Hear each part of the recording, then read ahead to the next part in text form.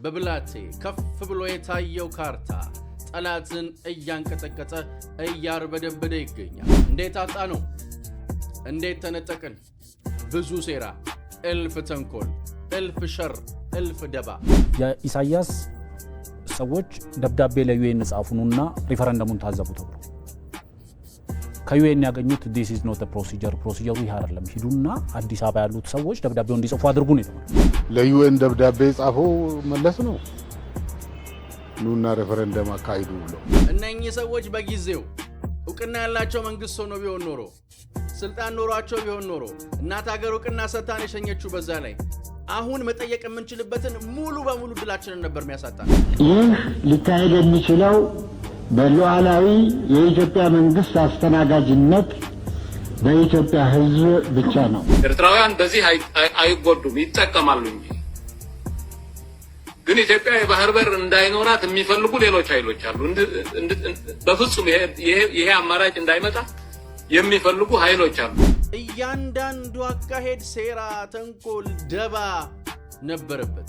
ዛሬ ግን ይሄን የሚጠይቅ ትውልድ መጥቶ በቀይ ባህር ጉዳይ በሀገር ኢንተረስት በተቃራኒ የሚቆም አካል በህግም ጭምር ተጠያቂ ሊሆን ይገባዋል። ከዚህ በኋላ እንዲህ አይነት ህልውና ችግር ስተት እንዳይፈጠር ኢትዮጵያ የቀይ ባህርን ጥቅም በተመለከተ ህገ መንግስት ላይ ማድረግ አለበት። የአባይ ውሃ ላይ የህልውና ጉዳያችን ነው ብለው ህገ መንግስት ላይ ጽፈው በተቃራኒ መቆም የማይቻልበትን ሁኔታ አበጅተዋል። መሰረታዊ ፍላጎት ነው የባህር በር፣ መሰረታዊ ፍላጎታችን ነው ቀይ ባህር። ከዚህ ጥቅም በተቃራኒ መቆም በሀገር ሉዓላዊነት ላይ መደራደር ስለሆነ በህግ የሚያስጠይቅ ተግባር መሆን አለበት ነው ያሉት። ትክክል ናቸው። ሰላም ጤና ይስጥልን ውድ ዮሐንስ ኮርነር ቤተሰቦች እንዴት አላችሁ? አላችሁ ወይ?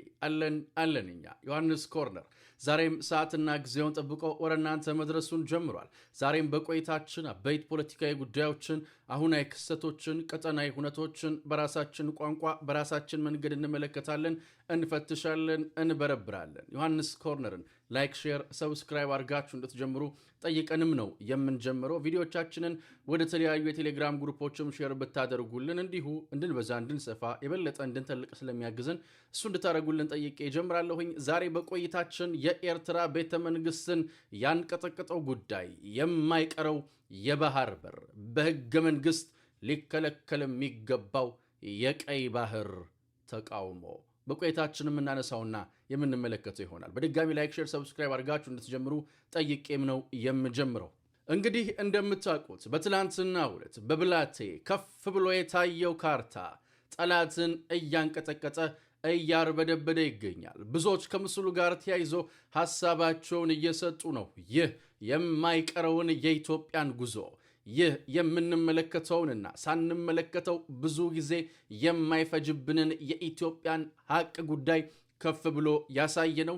ይህ ጉዳይ በቀላሉ ሊተረጎም አይገባውም እያሉ ሐሳባቸውን እየሰጡ ይገኛሉ። የሻዕቢያ ልሳኖችም እንዲሁ እየተንቀጠቀጡና እየተርበደበዱ እየተመለከትናቸው ነው። በእርግጥ ይህ ምስል ብዙ የሚነግረን ነገር፣ በእርግጥ ይህ ምስል ብዙ የሚያወራልን ጉዳይ፣ በእርግጥ ይህ ምስል ብዙ የሚተርክልን ጉዳይ አለ።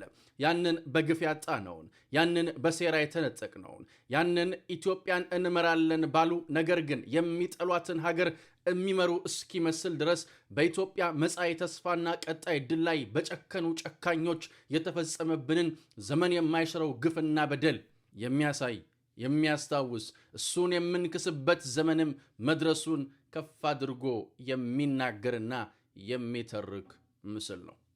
እንዴት አጣ ነው? እንዴት ተነጠቅን? ብዙ ሴራ፣ እልፍ ተንኮል፣ እልፍ ሸር፣ እልፍ ደባ። ሁሌ እንደምንለው እንደምናነሳው ግን ከሰሞኑ አፈወርቅ በደዊ በኢቢሲ ላይ ብዙዎቻችን ተመልክተንና አንስተን በማናውቀው መልኩ እጅግ በሚገርም መንገድ ይሄንን ጉዳይ ከሂደቱና መጨረሻውንም እንደው ያጣንበትን መንገድ የሴራ አካሄድም እንኳን በዛ መንገድ ሆነ ብሎ ሲያነሳው ተመለከትንና ወደ እናንተ ይዘነው መጣን። እስቲ አፈወርቅ በደዊን ተከታትለነው እንመለስ። የኢሳያስ ሰዎች ደብዳቤ ለዩኤን ጻፉኑና ሪፈረንደሙን ታዘቡ ተብሎ ከዩኤን ያገኙት this is not a procedure ይህ አይደለም፣ ሂዱና አዲስ አበባ ያሉት ሰዎች ደብዳቤውን እንዲጽፉ አድርጉ ነው የተባለው። መጠየቅ የነበረበት የተባበሩት መንግስታትን መጠየቅ የነበረበት የአፍሪካ ህብረትን መጠየቅ የነበረበት አዲስ አበባ ውስጥ ያለው መንግስት ሌጂቲሜት መንግስት ነው ወይ? በህዝብ የተመረጠ መንግስት ነው ወይ? ይሄን ለማድረግ መብት ስልጣን አለው? ለኢትዮጵያ ህዝብ ውክልና አለው ወይ? በኢትዮጵያ ህዝብ ውክልና አለው ወይ ብሎ መጠየቅ ነበር። ምክንያቱም ባለበት በየትኛውም ዓለም አቀፍ ቻርተር ላይ ሌጂቲሜት የሆነ መንግስት በሌለበት ህዝባዊ በህዝብ የተመረጠ መንግስት በህዝብ ውክልና ሙግንናም ያለው መንግስት በሌለበት ሁኔታ የህዝብን ጥቅም የሚጎዳ የሀገርን ህልውና አደጋ ውስጥ የሚከት ውሳኔ ሲተላለፍ ዓለም አቀፉ ማህበረሰብ ቆሞ ይመለከት ነበር። ከዛ በኋላ አብዛኛውን ስራ የሰራ ነው፣ አብዛኛውን ጥፋት ያጠፋ ነው እኛው በሶኮልድ ኢትዮጵያንስ ነው። ከፊሉን ማድረግ ያለብንን በወቅቱ ባለማድረጋችን፣ ከዛ በኋላ ደግሞ ረጅም ጊዜ እንቅልፍ ውስጥ መቆየታችን፣ በዝምታ ማለፋችን። አሁን በቂ ከበቂ በላይ ሉፕሆል አለው። ምክንያቱም ያኔ ሲልድ አልነበረም። ለምሳሌ አንዳንዴ እኔ አሁን እውነቱን ለመናገር እንደ በረከት የምወስደው ያኔ እነዛ ሰዎች የ1992ቱን ወይም ደግሞ የ1992ቱን ምርጫ በኢትዮጵያ ካላንደር ምርጫ አካሂደው ቢሆን ኖሮ ይህንን ሪፈረንደም ያካሄዱት በዛው ሴንቲሜንት ኢትዮጵያ ውስጥ ሌጂቲሜት መንግስት ነበረ፣ ሪፈረንደም ተካሂዷል፣ ኢትዮጵያ ማዘርላንድ ሪኮግኒሽን ሰጥታለች፣ ፕሮሲጀሩ ሲልድ ነው፣ ህጋዊ ነበር ምናምን የሚል መከራከሪያ ይቀርበበት ነበር። ግን ያኔ የነበረው ቢያንስ የተሄደበት መንገድ ስህተት ስለነበረ ያንን ስህተት ዛሬ አውጥተህ ትላንትና ኢትዮጵያ ላንድ ሎክድ የሆነችበት መንገድ ከህግም ከሞራልም ከታሪክም ከፍትህም አይን ሲታይ ተገቢ አይደለም ብሎ መከራከር ኢትዮጵያዊ ግዴታ ነው። እንግዲህ አፈወርቅ በደዊን እንደሰማችሁት ነው። በምን አይነት መንገድ እንዳጣ ነው፣ በምን አይነት መንገድ እንደሄደ ብዙዎቻችን ስንናገረው ሲወራ የነበረ ጉዳይ ነው። ተጽፎ ሲነበብ የነበረ ጉዳይ ነው። በጣም ብዙዎች የሚያውቁት ስለ ኢትዮጵያ የሚከራከሩ የሚሟገቱ ሁሉ የሚናገሩትና የማይደብቁት ሀቅ ነው። ግን አፈወርቅ በጣም በጥሩ መንገድ ፍሬም አድርጎታል። እንኳን በዛ መንገድ ሄደ። እነኚህ ሰዎች በጊዜው እውቅና ያላቸው መንግስት ሆኖ ቢሆን ኖሮ፣ ስልጣን ኖሯቸው ቢሆን ኖሮ፣ እናት ሀገር እውቅና ሰጥታን የሸኘችው በዛ ላይ አሁን መጠየቅ የምንችልበትን ሙሉ በሙሉ እድላችንን ነበር የሚያሳጣን። አንዳንድ ነገር ለበጎም ጭምር ነው። እነኚህ ሰዎች የሰሩብን ግፍና በደል በጊዜ ሂደት እንኳን እንዳናነሳ ያደረገ ሰሞኑ ሳነሳላችሁ እንደነበረው ማለት ነው። አሁን ለምሳሌ ሐሰን ሼህ በሶማሊላንድ ጉዳይ ላይ በጣም ክርር ብሎ ምናምን ሲከራከሩ ታያቸዋላችሁ። ሶማሊላንድን እንደማያስቀሯት ያውቃሉ። አንድም የሶማሊያ ፕሬዝዳንት ላለፉት 34 ምናምን ዓመታት ሶማሊያን አዞ ረግጦ ምናምን አያውቅም፣ ገዝቶ አያውቅም። ያ በሆነበት ሁኔታ ነገር ግን አትገነጠልም፣ ሌላው ከፈለገው እውቅና ይስጣት፣ እኛ ግን አንሰጣትም ብለው እስከ መጨረሻው እየተዋደቁ ነው። ሶማሊላንድ ሀገር መሆኗ እንደ አንድ ኢትዮጵያዊ ሳይሆን እንደ አንድ ሶማሊያዊ ዜጋ አስቡት። ሐሰን ሼህ ያስቀናሉ። የኛዎቹስ የተባበሩት መንግስታት ድርጅትን ሪፈረንደም እንዲያደርግ ጭምር ደብዳቤ ጽፈዋል። ኢሳያስን አናውቅም፣ አዲስ አበባ ያለው መንግስት ደብዳቤ ይጻፍልህ ሲባል እነ ዲማ ነገዎ ሲነግሩን ነበር። ደብዳቤ ጽፈዋል። ለዩኤን ደብዳቤ ጻፈው መለስ ነው ኑና ሬፈረንደም አካሂዱ ብሎ። መጀመሪያ ኢሳያስ ለዩኤን ደብዳቤ ላከ። ኑና ግዳጃችሁን ተወጡ ሬፈረንደም አካሂዱ ብሎ መለሱለት ደብዳቤውን። እኛ አናውቅህም ነው። በዚያውም ቨርባል አድቫይስ ላኩለት፣ ሰጡት። እንደዚህ አይነት ደብዳቤ አዲስ አበባ ላይ የተቀመጠው ሰውዬ ከላከልን አባላችን ስለሆን እንቀበላለን ብለውትና ወዲያው ሮጦ መጣና ጻፈ አለው። ትንሽ አንገራገረ፣ ውሸቱን ነው ግን በኋላ ጻፈ እና ያኔም ግፊት መሆኑ ምንም ጥያቄ የለውም ለማለት ነው። በወቅቱ በሽግግር መንግስቱ ከፊት የነበሩ ሰዎች ሲተርኩት ሰምተናል። ደብዳቤ ጽፈው ነው ሀገር ያስደረጉት። ጎሽ ደግልኝ ብለው ነው ያስደረጉት። ለዚህ ነው እኔ በእነ ሐሰን ሼህ እንቀናለን ያለው። አሁን ከኢትዮጵያ ጥቅም ምናምን አንጻር አይደለም ይሄን ያልኩት። እንደ አንድ ሶማሊያዊ ያስቡት። በማያስቀሩት ጉዳይ አትሊስት ለትውልድ ጥያቄ አንጠልጥለው ለመሄድ ይታትራሉ። አትሊስት ሰው እኮ አንጠልጥሎ ይተዋል። በቃ ማስቀረት አልችልም ግን አንጠልጥዬ እተዋለሁ ይላል። ግን የነኝኞቹ እንደዛ አይደለም። ሴራ፣ ደባ፣ ተንኮል ሊፈጠም የማይገባው ነውርና ብልግና ነው የፈጠሙብን። ሂደቱ በጣም ያሳዝናል። ሂደቱ በጣም እንደሚያሳዝን የእነ አፈወርቅንም ሐሳብ የሚደግፍልን በነገራችን ላይ በወቅቱ ፕሮፌሰር አስራት ወልደየስም ሲያነሱት የነበረው ጉዳይ ነበር። እስቲ ፕሮፌሰሩን ተከታትለናቸው እንመለስ። ሌላ የህዝብ ውሳኔ ሊካሄድ ይፈለጋል ከተባለ ይህ ሊካሄድ የሚችለው በሉዓላዊ የኢትዮጵያ መንግስት አስተናጋጅነት በኢትዮጵያ ህዝብ ብቻ ነው። የተከበሩ ፕሬዝዳንት፣ ይህ ጉባኤ የሽግግር መንግስቱን ለመመስረት የተዋቀረ ብቻ መሆኑንና የኢትዮጵያን ህዝብ በምንም አይነት የማይወክል መሆኑን ደጋግመው አስገንዝበውናል። በዚህ መሰረት ይህ ጉባኤ በኢትዮጵያ ህዝብ ስም ምንም ጉዳይ ሊወስን፣ ሊያግድ ወይም ሊሰርዝ አይችልም። እንግዲህ እንደሰማችሁት ነው። ነገሩ በሙሉ እንዲህ ነው። በነገራችን ላይ ኋላ ላይ ይሄ ነገር ገብቷቸው የተከራከሩ ህወሓታውያንም ነበሩ። እነ ስዬ አብርሃ፣ እነ ገብሩ አስራት፣ እነ አረጋሽ አዳነ፣ እነ ጀነራል ጻድቃን ገብረትንሳይ ሌሎችም እስከ መባረር ያደረሰ ክርክር የህወሓትን ግፍና ፎት እስከሚያስነሳ ማለት ሻዕቢያን ካልወደድክ የህወሓት የክፋት በትር ይደርስብሃል፣ ሻዕቢያን የሚያመቻቸውን መንገድ ካልፈጸምክ እንትን ይልብሃል። ያንን ሴራ የመራውና ደግሞ ነስዬን ምናምን እንትን ያስባላቸው በወቅቱ ሀገሪቱን ይመሩት የነበሩት የቀድሞ ጠቅላይ ሚኒስትር መለስ ዜናዊ ናቸው። ጥዝጣዜውን እንትን ብሎ ማለት ነው። ከኤርትራውያኑ በላይ ኤርትራዊ ሆነው ከኤርትራውያኑ በላይ ሙግት ገጥመው ነበር። እነዚህ አብርሃ ያኔ እንዲያነሱት ነበር። እስቲ ተከታትለን እንመለስ። እኛም ከኤርትራ የምንፈልገው ነገር አለ። አንዱ የባህር በር ነው። ኤርትራውያን በዚህ አይጎዱም፣ ይጠቀማሉ እንጂ። ግን ኢትዮጵያ የባህር በር እንዳይኖራት የሚፈልጉ ሌሎች ኃይሎች አሉ። በፍጹም ይሄ አማራጭ እንዳይመጣ የሚፈልጉ ኃይሎች አሉ እንጂ በመሰረቱ ይሄ ነገር ከኤርትራውያን ጥቅም ግጭት ኖሮት አይደለም ይሄ ነገር ይሆናል። ስለሆነም በኢትዮጵያ በኤርትራ ሰላምና ዴሞክራሲ መስፈን ለኤርትራውያንም ይጠቅማል፣ ለኢትዮጵያም ይጠቅማል ምለው በጋራ ለመልማት ሁለታችንም በጋራ ለመልማት ያስችለናል። አሁን ካለንበት ችግር በጋራ ልንወጣ ያስችለናል ምለው ለዚህ ብሎ ሲቆይ የከነከነው ህወሓታዊው ነበር ማለት ነው። ከነስዬ ቪዲዮ እንደሚገባ እያንዳንዱ አካሄድ ሴራ፣ ተንኮል፣ ደባ ነበረበት። ዛሬ ግን ይሄን የሚጠይቅ ትውልድ መጥቷል። ዛሬ ግን ይሄንን እንትን የሚሟገት እንዴ እነኚህ ሰዎች እኮ ወረቀት የላቸውም፣ የትኛው ፓርላማ የትኛው ካቢኔን ያጸደቀላቸው፣ ለምንድን ነው እንደዚህ ያደረጉት የሚል መንግስት መጥቷል። የሚጠይቅ መንግስት መጥቷል። ከዛ ቅድም አፈወርቅ እንደውም በተለየ አንግል ያነሳው እንዳልኳችሁ ይሄና እንዲህ የሚጠይቅ መንግስት ይመጣ የስርዓት አልበኝነታቸውና ሳቦታጃቸው ለበረከት ሲውል እያየ ነው። እና የተሰራብን ሴራ ቁጥሩ ቀላል አይደለም። እና አሁን ግን ዘመን እየመጣ ነው። አሁን የቅድሙ ካርታ ብዙ የሚናገረው ነገር አለ፣ ብዙ የሚያወራው ነገር አለ። ይሄ የኢትዮጵያ የቀይ ባህር ጉዳይ የማያወላዳ ጉዳይ ነው። እንደምታውቁት በቀይ ባህር ጉዳይ በሀገር ኢንተረስት በተቃራኒ የሚቆም አካል በህግም ጭምር ተጠያቂ ሊሆን ይገባዋል።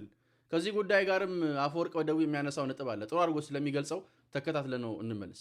አንዳንድ ነገሮችን እንደ ትሪዝን እንደ አገር ክህደት ወንጀል መጠየቅ አለብን። ለምሳሌ ኢትዮጵያ የባህር በር አይገባትም አያስፈልጋትም የሚሉ ኃይሎች ሀገር ውስጥ ያለው በሀገር ውስጥ ህግ ተቀጠዋል። ከሀገር ውጭ ቁጭ ብሎ በየኤምባሲው በኢትዮጵያ ኤምባሲ እየሄደ ፓስፖርቱን እያደሰ በየሚዲያው ላይ እየመጣ ግን ነው ኢትዮጵያ የባህር በር አያስፈልጋትም የሚልን ሰው በትሪዝን አዎ። እንግዲህ እዚህ ጋር አፈወርቅ በደቡብ ብቻ አይደለም ዶክተር ጌትዬ ትርፌም ጥሩ ሐሳብ ያነሳሉ። ተከታተልናቸው፣ እሳቸውንም እንመለስ። መንግስት ምን ማድረግ አለበት? ጉዳዩ የህዝብ እንዲሆን ግንዛቤ የሚያስፈልግበትን ቦታ ግንዛቤ መስጠት፣ ግንዛቤ ያስጨበጥክ ለዜጋውና ለማህበረሰቡ ተጨማሪ ጎን ለጎን ግዴታ እንደሆነ ደግሞ መቀበል አለበት።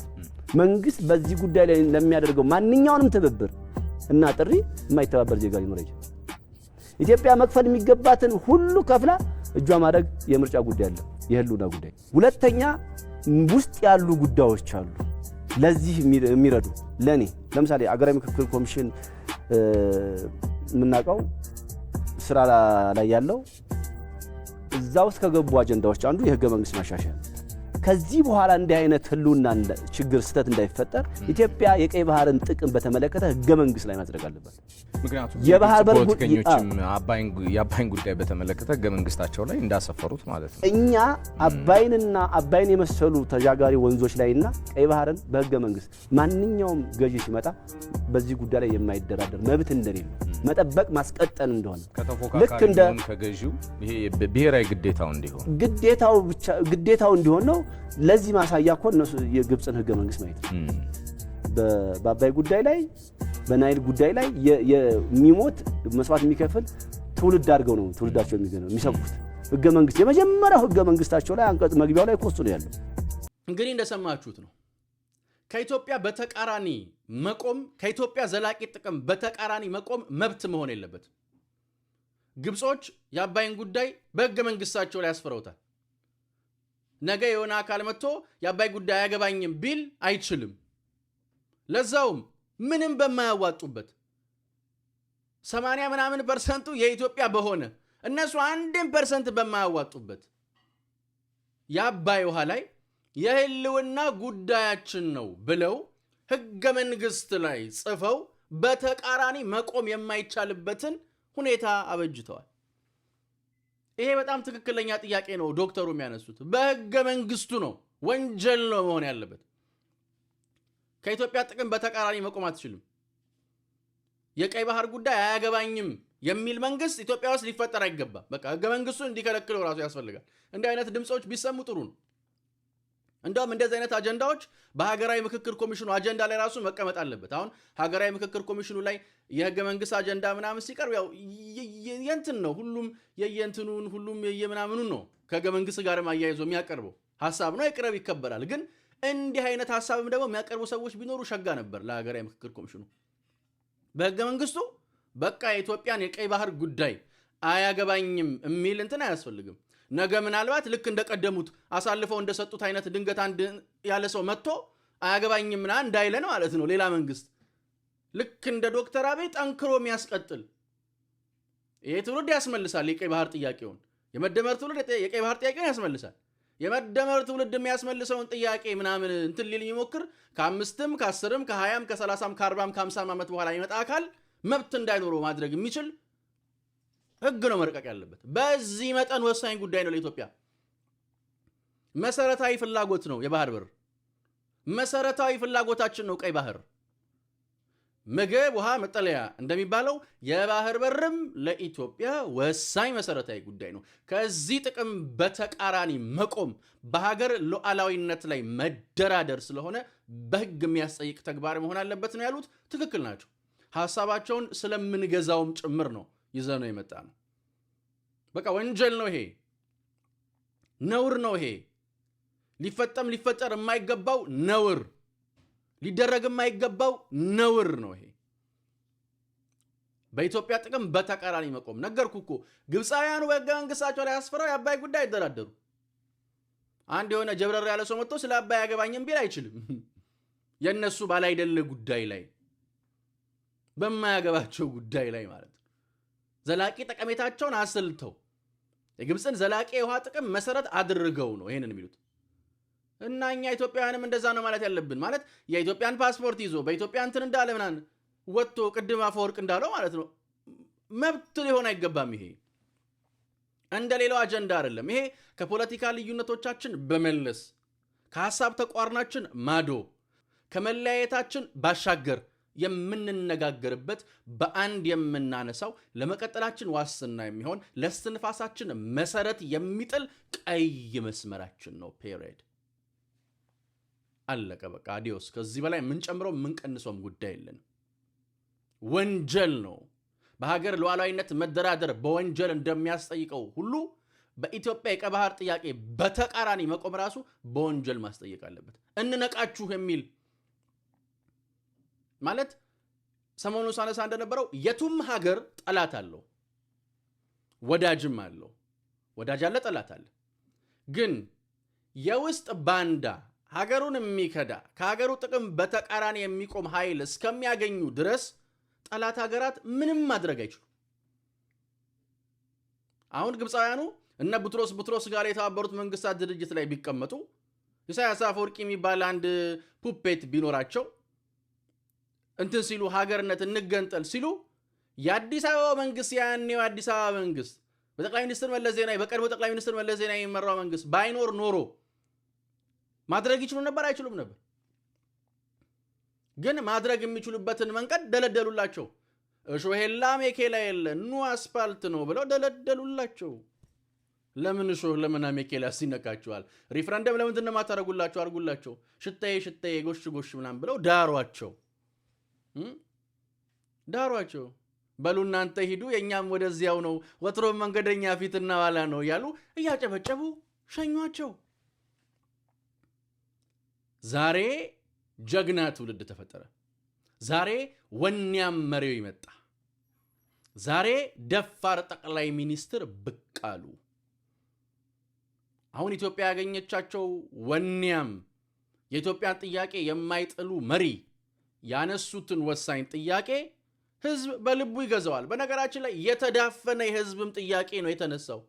ነውር እንዲመስለን እንዳናነሳው ታቡ እንደሆነ እንድናስብ ተደርገን ነበር። ምክንያቱም ብልሹ ነው ሲነሳ፣ ብልሹ ነው። የአሳ ግማቱ ካናቱ ይባላል። ነገርየው ስሪቱ ሂደቱ ምናምን ከላይ ያሉት ሰዎች ናቸው እንትን ያሉት ይህንን ጉዳይ። አሁን እሱን የሚሽሩት ደግሞ መጥተዋል። ኢትዮጵያውያን መጥተዋል። እነኚህ ኢትዮጵያውያን ላይ እንቅፋት ፈጥራለሁ የሚል ባንዳ ትክክለኛ ጉዳይን ያነሱት በህግ ነው መጠየቅ ያለበት እና አንድ አይነት አንቀጾችም ለሀገራዊ ምክክር ኮሚሽኑ መቅረብ አለባቸው። ግን የትናንትናዋ ምስል ብዙ ነው የምትነግረን። የብላቴዋ ምስል ቃለ መሐላም አላት። ማይቀር ምናሸተው ጉዳይ እንዳለን፣ ምናነፈንፈው ከፍታ፣ ምንረግጠው የከፍታ ተራራ እንዳለን ይታያል። ይሸታል። ዶሮ ብቻ አይደለም፣ ይሸታር ባህር ብዙ ጉዳይ። እዚች ላይ መጨመር ካስፈልገ የኢትዮጵያ ባህር ኃይልም ጭምር የሚሳተፍበትን የብሪክስ አባል ሀገራት የባህር ላይ ልምምድም ከፍ ማድረግ እንችላለን። እዚች ላይ ማከል ካስፈልገ 5 ሀገራት ሞሮኮን ጨምሮ የሚሳተፉበት የአየር ትርኢትን ማንሳት እንችላለን። ሩሲያም አለችበት። ሞሮኮ ያልኩት ያው ከግብፅ ጋር እንደምታውቁት ነው። ግብፅ ሞሮኮና አልጄሪያ ከኢትዮጵያ ጋር ዲፕሎማሲያዊ ግንኙነት ሲያደርጉ ያነጥሳታል። አነጥሶ ይወጣላታል። ሌላ ምን ማድረግ ይቻላል? ምንም ማድረግ አይቻልም። እና እንዲያ ማለ ኢትዮጵያ ወሳኙን ጥያቄዋን እያጸናች ከፍታዋን እያረጋገጠች ወደፊት ትቀጥላለች። በድል ማማ ላይም ትቆማለች። እሱ የማይቀር ጉዳይ ነው። የመደመር ትውልድ ይህንን ጥያቄ በመደመሩ ሐሳብ አመንጪ በክቡር ጠቅላይ ሚኒስትር ዶክተር አብይ አህመድ አሊ እየተመራ ዜጎች በአንድ ላይ ቆመው ያሳኩታል፣ ይመልሱታል። ይህ የማይቀር ጉዳይ ነው። እኔ ግን ሁሌም እንደምለው እንደማይለወጥ አንድና ውድ ቃል፣ አዲስ ትውልድ፣ አዲስ ተስፋ። ሁሉም ጥሩ ይሆናል፣ ሁሉም በጎ ይሆናል፣ ሁሉም ሸጋ ይሆናል። የኔና የናንተ ሀገርም እንደ ልማዷ ታሸንፋለች፣ እንደ ልማዷ ድል ታደርጋለች። ፈጣሪ ኢትዮጵያና ሕዝቦቿን አብዝቶ ይባርክ። ቸር ቆዩን። የነገሰ ይበለን። ቺርስ